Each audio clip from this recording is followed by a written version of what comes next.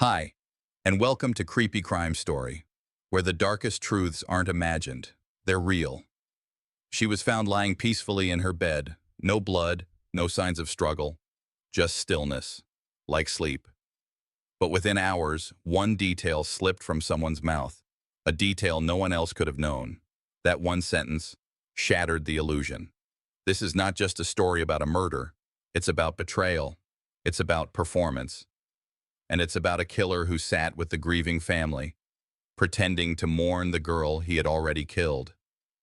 It was July 15th, 2013. Hartford, Wisconsin. Population just over 14,000. A town where neighbors left doors unlocked and parents knew every face on their child's soccer team. Nothing ever really happened here until that Monday. At 12:31 p.m., a shaken voice came through the 911 dispatch line. "She's cold," the woman said. "She's not breathing. I think she's gone." The caller was Buck Blodgett's wife. And the young woman upstairs, Jessie, was their only daughter. Emergency responders were at the house within minutes. The scene they entered was deceptively calm. Jessie Blodgett, 19, lay on her bed in a position that almost looked posed, blanket neatly pulled up to her shoulders, hair spread across the pillow. Her skin was pale, her limbs cold. No sign of forced entry, no broken windows, no overturned furniture, and critically, no blood. First impression, possibly a seizure, maybe an unknown medical condition. But as investigators secured the room and EMTs attempted resuscitation, something didn't align. There were faint ligature marks on her neck, minor bruising on the inside of her wrists, and no sign she had struggled. The bedroom door hadn't been locked. There were no defensive wounds. The body was staged. Hartford police called in the county's major crimes unit.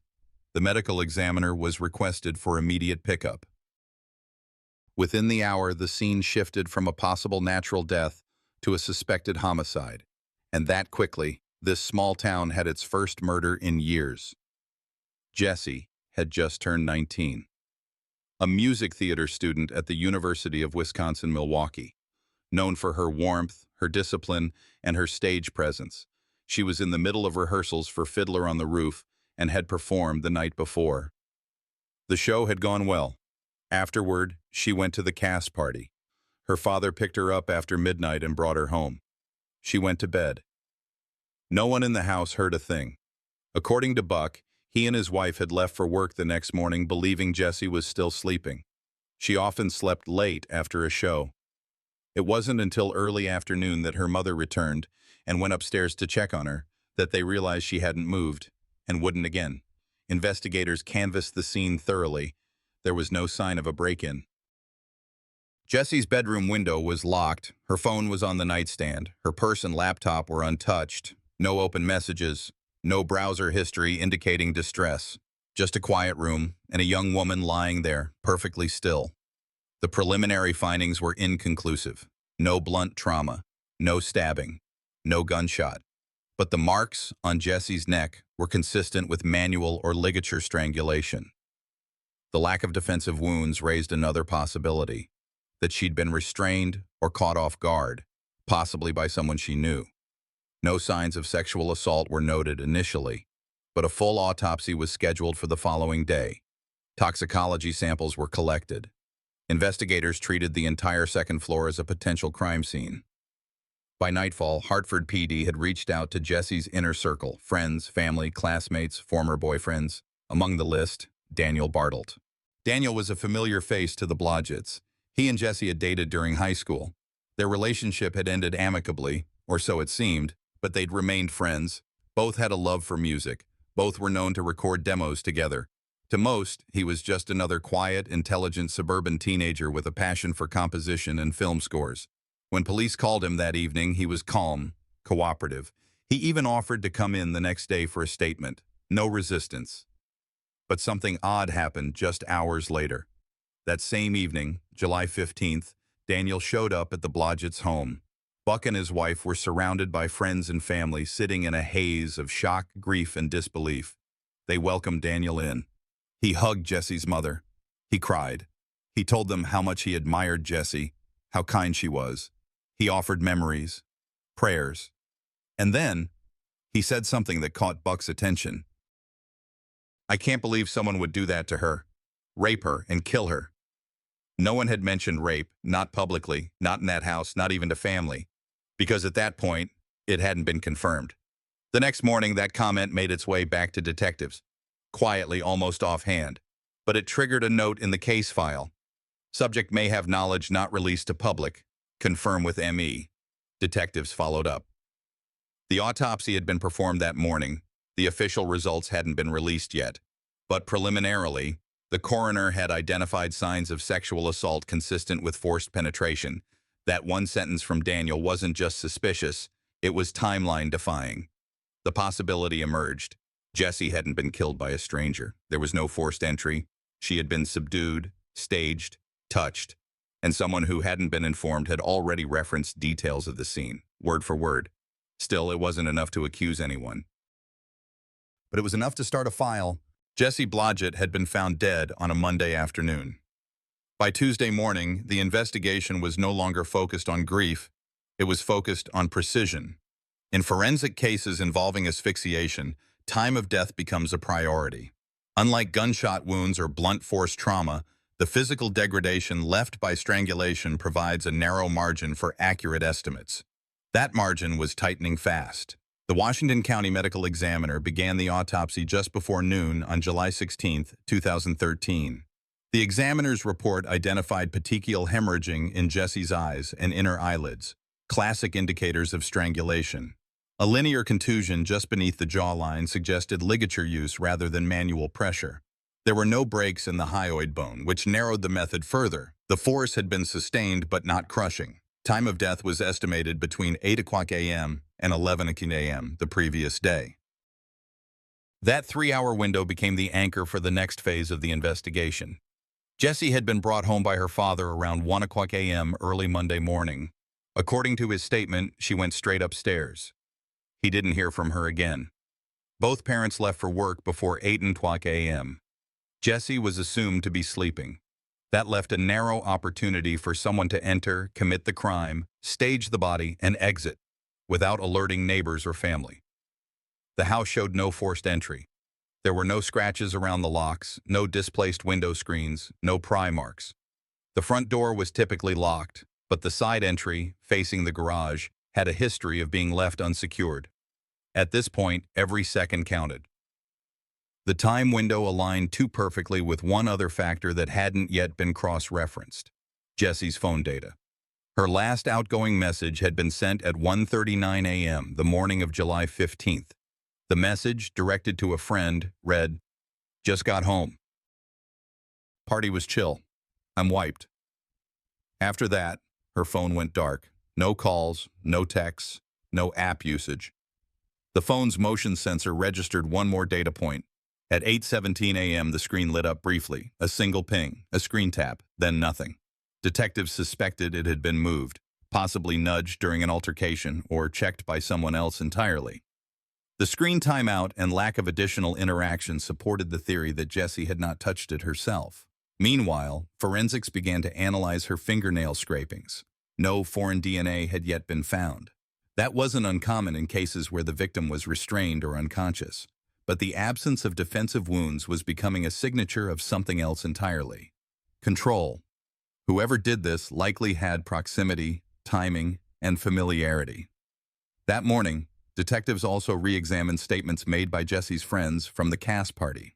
Everyone who saw her that night described her as upbeat, engaged. Focused on the show, no signs of paranoia, distress, or fear, but one person, her closest friend in the theater group, mentioned something else. A week earlier, Jessie had said she felt like someone had been watching her. The conversation wasn't dramatic. Jessie had laughed it off, but she'd also changed her walk-home routine, choosing to get rides instead of walking from campus to her apartment. She had not filed a report. There was no stalker documented, no direct threats. But it was the first trace of tension in a life that had otherwise appeared stable. The investigative team cataloged every digital record from Jessie's phone, email, and social accounts. No threatening messages, no arguments, no suspicious profiles.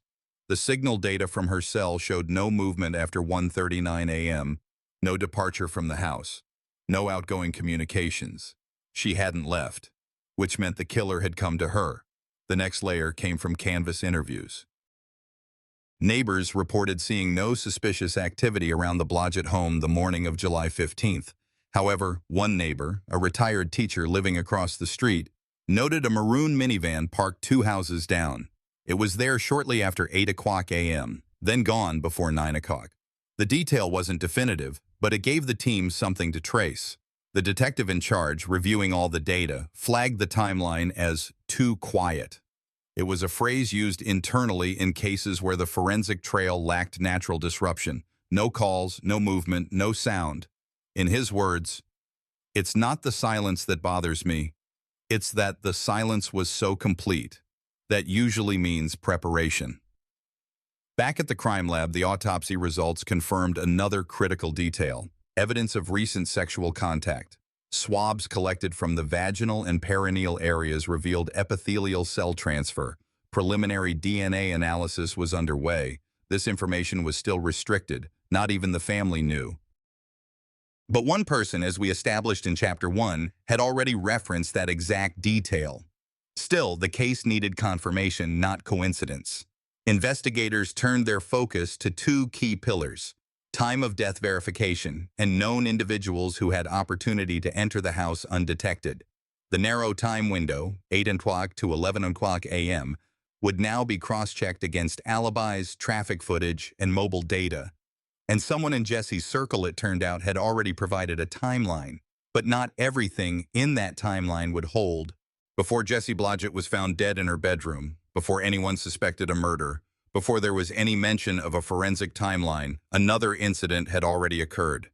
It was quieter, less publicized, and almost forgotten until the pieces began to connect. It happened 4 days before Jessie died. On the morning of July 11, 2013, Washington County Dispatch received a 911 call from Richfield Historical Park, a heavily wooded area in southeastern Wisconsin. A woman in her 20s reported being attacked while walking one of the outer trails. She'd fought the suspect off. Her hands were shaking as she clutched the phone. She'd been grabbed from behind, pushed to the ground, and nearly strangled with a rope or cord. He had a knife. She got away only after landing a kick to the side of his head. The suspect fled into the trees. When deputies arrived, the victim was still visibly shaken but provided a clear sequence of events. She hadn't seen the man's full face, but she remembered the way he moved: deliberate, controlled, fast. She described him as white, early 20s, lean build, light-colored hoodie, and short hair. He hadn't said anything. There was no demand, no robbery, just the attack and the silence. Officers searched the wooded area but found no weapon, no rope, and no suspect. A Dodge Caravan was spotted in the parking lot by another park-goer earlier that morning. It was gone when deputies arrived. At the time, this detail was logged and filed away. There was no plate, no photo, no surveillance camera on site. The incident was serious, but without evidence, it stalled. 3 days later, that case was still technically open, but inactive, until Jessie's body was found. And then the timeline snapped into place. The lead detective assigned to Jessie's case reviewed all local incidents from the week prior, cross-referencing dates, times, and locations. The Richfield assault jumped out immediately, not just for proximity, but for MO. A sudden attack from behind, strangulation as the method. No dialogue, no forced sexual contact, but violent control. The assault victim had been lucky. Jessie hadn't been. And there was one more detail. The park where the woman had been attacked was only 15 miles from Jessie's home in Hartford. The routes overlapped. The timing aligned, the method was similar. Investigators decided to re-interview the assault victim. This time she added a detail she hadn't felt confident reporting before. As she ran from the woods that morning, she had looked over her shoulder. She saw her attacker dart back through the trees toward the trailhead. Near the edge of the lot, he reached into a backpack and dropped something into a trash barrel. She hadn't thought about it in the moment. She was just trying to survive. But that discarded item, now 4 days old, could still be there. On July 16th, just 1 day after Jessie's autopsy, detectives returned to Richfield Park. They walked the trail again. This time they brought crime scene techs and opened every trash can in a 200-yard radius. Near the far north edge of the trail loop, inside a green metal trash bin beside a faded picnic bench, they found it. A crumpled cereal box, partially covered by a layer of napkins and coffee cups. Inside that box, wrapped in an old cloth, were several items. A length of braided rope, a roll of duct tape, a SpongeBob-themed hand towel with a red-brown stain, and a utility knife with a broken tip. All materials were bagged and transported to the state crime lab for forensic processing. Initial tests confirmed the towel contained blood. The rope had minor fraying near the ends. The tape had a visible fingerprint on the outermost layer. Within 48 hours, the fingerprint was matched to a local 19-year-old with no criminal record. And when lab results returned on the DNA from the towel, it was no longer a matter of suspicion, it was confirmation. The blood belonged to Jessie Blodgett. That forensic discovery reframed everything, because Jessie had never been to that park. Her phone had no GPS records indicating any presence in Richfield. She wasn't known to hike. Her parents had never taken her there. The towel, somehow, had traveled from her home or her body to a park she'd never seen, days before her death. The only rational explanation was chilling. Someone had used it in a prior assault or had staged the tools for practice. The term in behavioral analysis is pre-offense behavior. It refers to actions that reflect preparation, rehearsal, or attempts that escalate into fatal acts. When an offender fails to complete an initial attack, they often refine their method, change locations, and try again. Richfield wasn't just a failed assault, it was a precursor. The evidence now had a trail. It wasn't just DNA, it was time-stamped. The cereal box was commercially traceable. It had been part of a regional promotional release distributed at a local Walmart. The utility knife was mass-produced, but the blade type was consistent with one sold in a nearby hardware chain. Detectives now had a partial behavioral profile. Someone young, male, physically agile, familiar with Jessie, and now directly linked to two distinct crime scenes, one by DNA, one by proximity, but they needed a name. And someone had already walked into the Blodgett home days earlier and made a comment about Jessie's injuries, details never disclosed publicly. That person had also driven a minivan. By the time investigators reached out to Daniel Bartelt for questioning, he had already inserted himself into the grief of Jessie Blodgett's family. He showed up that same day, mere hours after she was found dead in her bed, hugging her parents, offering stories from theater rehearsals, and pretending to be as shattered as the rest of Hartford. What he didn't know then was that his performance was already unraveling. From a law enforcement perspective, the decision to bring Bartelt in wasn't arbitrary. A woman had been assaulted just days earlier in Richfield Historical Park, barely 10 miles from Jessie's home. The attacker had used rope, tape, and a knife, but the victim fought back and survived. She'd never seen the face under the hood, but her statement was precise. He was young, white, around 6 feet tall, and smelled faintly of sweat and smoke. When police cross-referenced recent incidents in the area with known associates of Jessie, Daniel's name emerged naturally. Not because he had a criminal record, but because he had a connection to both women. He had dated Jessie. He also lived just a short distance from the park. The interview began with small talk. Bartelt, dressed in jeans and a hoodie, slouched into the interrogation room like he had nothing to lose. He talked about Jessie, their past relationship, his recent days. Investigators noticed his tone, overly casual, even cavalier. And then came the misstep. Unprompted, he mentioned a detail no one had released to the public, that Jessie had been sexually assaulted. That single sentence shifted the room. The detectives froze. They hadn't brought that up. The autopsy hadn't even been completed yet. There was no way Bartelt could know unless he had been there. The statement wasn't just suspicious, it was damning. Still, police didn't move too quickly. Instead, they went quiet, letting Daniel fill the silence.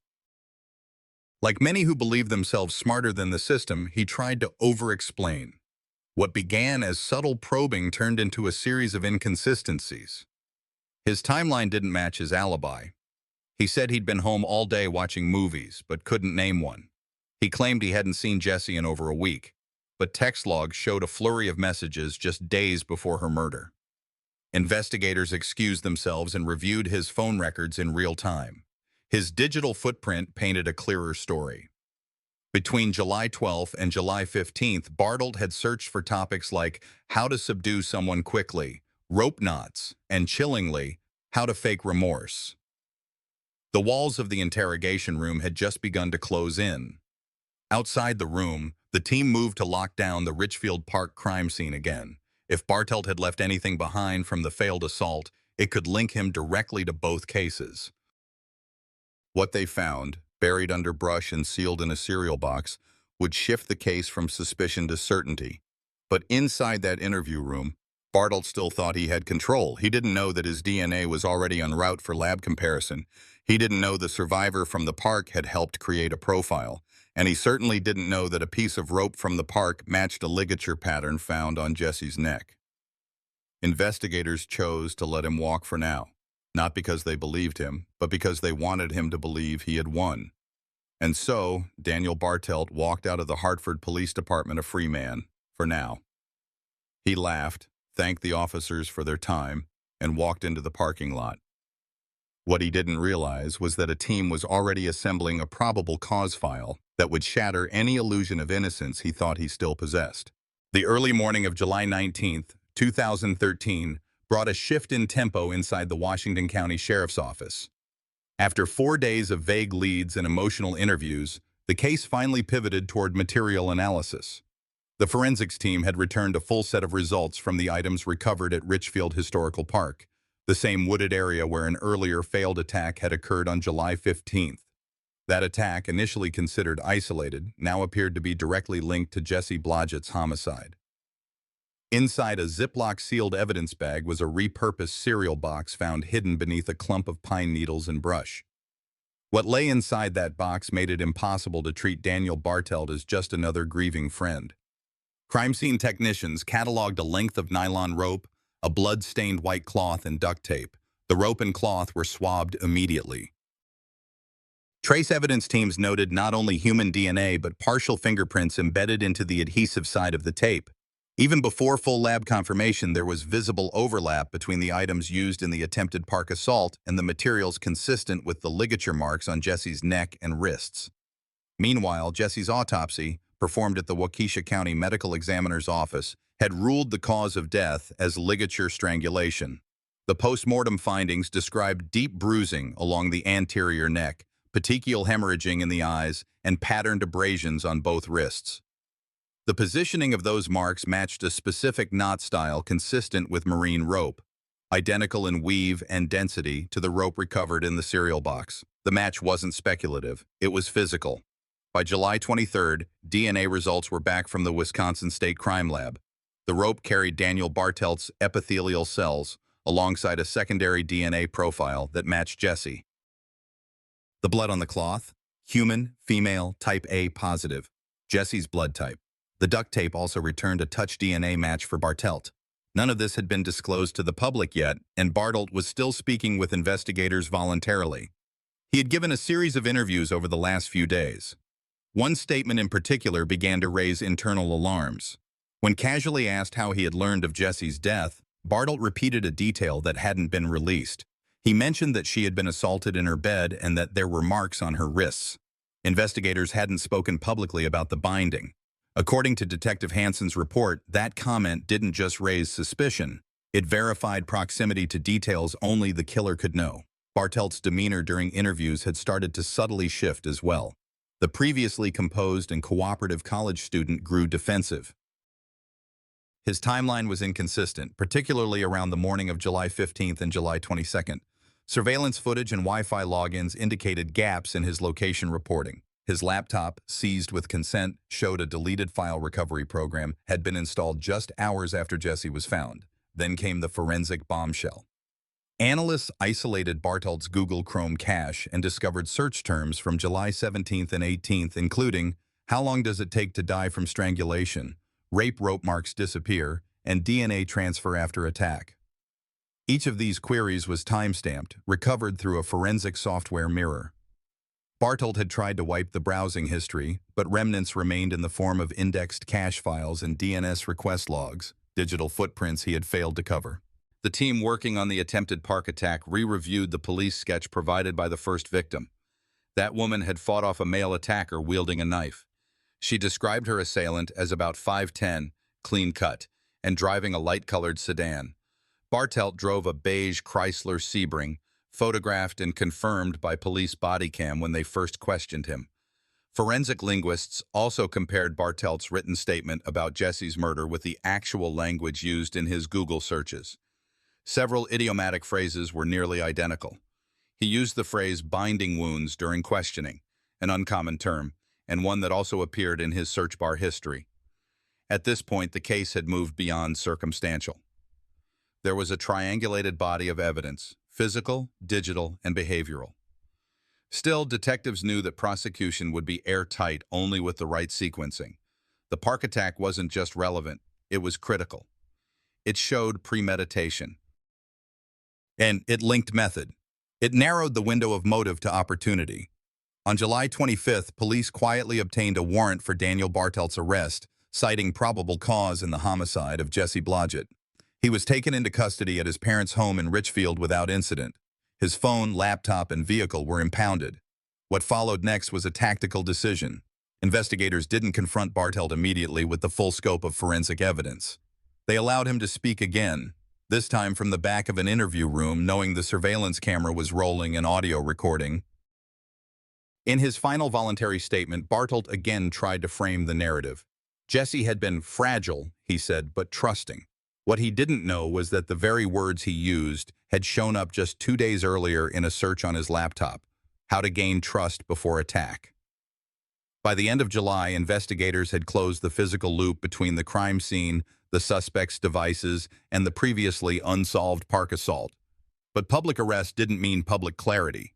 The community still didn't know who or what Daniel Bartelt really was. And neither, it seemed, did his own parents, who had only days earlier welcomed him home from college with open arms. They didn't know, not yet, how close they were to him. For 16 days, investigators worked in silence. The Blodgett family grieved under a cloud of confusion, surrounded by casseroles, unanswered calls, and the soundless hole Jessie left behind. But in the war room of the Washington County Sheriff's Department, something sharper than grief had begun to take shape: pattern recognition. 2 women, 2 attacks. Less than a week apart, one survived, one didn't. The assault in Woodlawn Union Park hadn't made much news at first. A young woman alone had been grabbed from behind and held at knife point. She'd fought back. The assailant fled. There were no arrests. But when Jessie Blodgett was found murdered days later, restrained with a rope and tape, investigators circled back. They revisited the scene of that failed assault. Something was off. The location wasn't random. Inside a hollow tree near the park's hiking trail, they found it: a Tupperware cereal box buried under dry leaves and moss. Inside were several feet of rope, duct tape, a bloody cloth, and a knife. The blood, it didn't just belong to the surviving victim. It also matched Jessie Blodgett. And DNA on the tape: Daniel Bartelt. The cereal box became the turning point. A forensics team confirmed partial fingerprints and a palm smear consistent with Bartelt's right hand. The rope matched the pattern of ligature marks on Jessie's wrists and ankles. The duct tape bore skin cells that would later be confirmed through mitochondrial DNA analysis as hers. Confronted with the evidence, Bartelt's posture shifted, not with panic but precision. He denied knowing anything about the park incident. When questioned about the items found, he claimed they could have been planted. But in a misstep common to those who think they're smarter than the room, Bartelt tried too hard. He suggested, unprompted, that perhaps the person who killed Jessie also assaulted her. But at that point, the detail of sexual assault had never been made public. He had walked into the trap on his own. Detective Fitting, present in that interview, later said, "He was calm until he wasn't. That moment, when he realized he revealed something he shouldn't have known, his eyes flickered. That's when I knew." By day 16, Daniel Bartelt was arrested.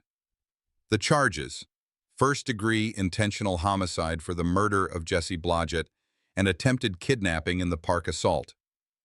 The evidence had converged like pressure lines, quietly, steadily, and fatally.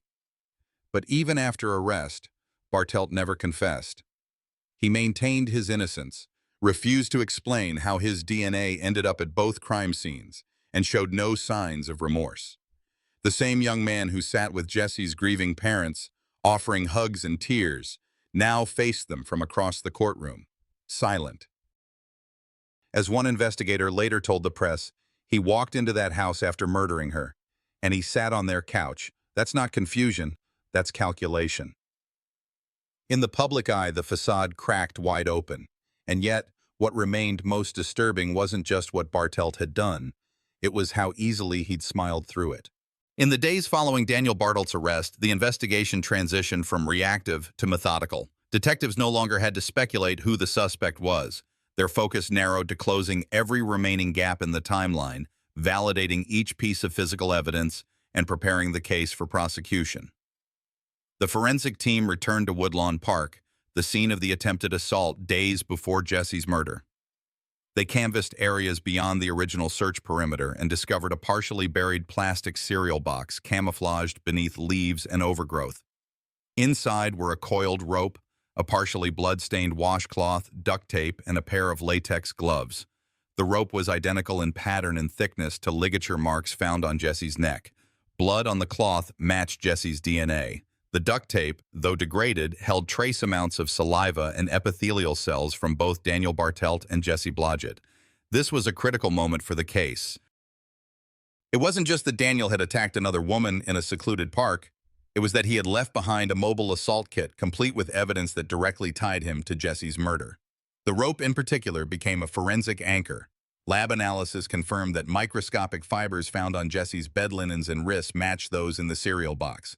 Prosecutors now had a timeline, a pattern, and a physical trail of premeditation. Digital evidence, too, had weight. Investigators pulled search history from Daniel's devices. While no explicit searches for how to strangle someone were found, they uncovered cached queries on forensic detection, crime scene contamination, and, critically, how long it takes for DNA to degrade in outdoor conditions. The dates of these searches aligned with the time frame between the failed park assault and Jessie's murder. Though circumstantial, this supported a narrative of escalating violence and calculated risk management. Back in the interrogation room, Daniel Bartelt remained composed. His legal counsel advised him to withhold further statements, and he complied.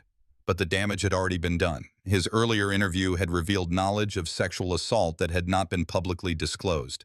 That misstep would later be cited in pretrial motions as indicative of consciousness of guilt. Meanwhile, detectives revisited Daniel's background. His prior record was clean. Teachers and neighbors described him as intelligent, quiet, even promising. But beneath that veneer, the psychological profile being assembled pointed to control, entitlement, and a desire to dominate. A history of manipulation in past relationships emerged, not criminal, but indicative of behavioral patterns relevant to motive. One detail that stood out was his behavior after the murder. Just hours after killing Jessie, Daniel had returned to her home, embraced her grieving parents, and asked if he could help with the search for answers. Forensic psychologists reviewing the case would later characterize this as a textbook example of integration into the grief process, a tactic used by offenders to insert themselves into the narrative, observe reactions, and redirect suspicion. As prosecutors pieced together their case, they also prepared for public scrutiny. Jessie had been a bright, engaged young woman involved in theater, music, and social causes. Her death had shattered a small Wisconsin community. The media attention intensified. Press conferences became more frequent. What began as a quiet homicide investigation was now shaping into a landmark case about predatory violence hidden in plain sight. At this stage, the question wasn't whether Daniel had done it. It was how thoroughly prosecutors could prove it, and how Daniel's defense team would attempt to cast doubt. The courtroom battle was approaching, and every thread of evidence would soon be laid bare under oath. By late 1997, a federal courtroom in White Plains, New York, became the stage for one of the most hauntingly calculated domestic homicide trials in U.S. legal history. At the center stood Rita Glusman, a woman once admired for her fierce devotion to Soviet Jewry and her long campaign to bring her husband Yakov to America. Now, she was silent under oath, her eyes fixed forward as prosecutors presented a timeline soaked in brutality, betrayal, and federal precedent. The prosecution laid bare a meticulous plan. Rita had not only orchestrated Yakov Glusman's murder, she had executed it with stunning resolve. In the days leading to April 6, 1996, she had traveled from New Jersey to her husband's condo in Yonkers with her cousin, Vladimir Zelenin. Their weapon of choice, an axe. Not a gun fired in anger, not a knife drawn in panic, but a deliberate, premeditated weapon of ancient violence. They struck Yakov over a dozen times. His blood was later found soaked into the floorboards, the bathroom tiles, the walls. No corner of the apartment was untouched by what forensic analysts called overkill. Zelenin, arrested days later, cooperated with authorities. His confession was graphic, but most damning was his claim that Rita struck first and struck hardest. Surveillance footage, receipts from cleaning supplies, and DNA from the bathtub where they dismembered Yakov's body all corroborated his account. His partial immunity deal in exchange for testimony was controversial, but prosecutors defended it as the only way to hold Rita, the true mastermind, accountable under federal law. The defense tried to shift the narrative. They painted Rita as emotionally fragile, a woman abandoned by her husband after decades of sacrifice. But the facts didn't bend. Her diary entries, once dismissed as emotional venting, were now read aloud in court, showing not grief, but chilling premeditation. One line stood out. "If he thinks he can leave, he doesn't know what I'm capable of." Courtroom observers noted the lack of visible remorse. Rita did not testify. Her defense attorneys argued the brutality of the murder was inconsistent with her character. But jurors had the photos. The bloodied tub, the bags found in the Passaic River, some still leaking. Inside, human remains, identified through dental records. The case was historic, not just for its facts, but for its legal implications. Under the recently enacted Violence Against Women Act, VWA, this became the first federal murder conviction tied to a domestic violence prosecution under the statute. It was a landmark case, proving that spousal abuse, when taken to its horrific extreme, could rise to the level of federal criminal homicide. Rita Glusman, once an activist, was now a precedent. She was sentenced to life in federal prison without the possibility of parole. In court, she did not weep, she did not speak. The judge called her crime cold, calculated, and beyond redemption. In the aftermath, Yakov's surviving family declined media interviews. They issued a single statement. "He came to this country for peace. He died in terror. May his memory be a lesson." As storytellers, we often ask why people kill. But in Rita Glusman's case, the question was how far love curdles into possession, and when the line between devotion and domination disappears. No one expected that a woman so celebrated in political circles could one day wield an axe against her husband. And yet, she did. Violence in relationships doesn't always look like bruises. Sometimes it's a well-spoken threat. Sometimes it's control disguised as concern. Sometimes it ends in a courtroom with federal agents presenting black garbage bags marked evidence. This case was not just a crime, it was a warning. Sometimes, the people we think we know best are the ones hiding the darkest truths. If there's one thing this case has taught me, it's that control masked as love is still control, and silence in the face of warning signs can be deadly. Domestic violence doesn't always scream. Sometimes it whispers in the form of manipulation, isolation, and fear. If you or someone you know feels unsafe, please speak up. You're not alone, and help is out there. Now I want to hear from you. What's your takeaway from this case? Have you ever missed red flags in someone close to you? Drop your thoughts in the comments or simply tell me where you're watching from. If this story resonated with you or even challenged you, I'd love to know why. And hey, if you found this video powerful, please subscribe so you won't miss the next one.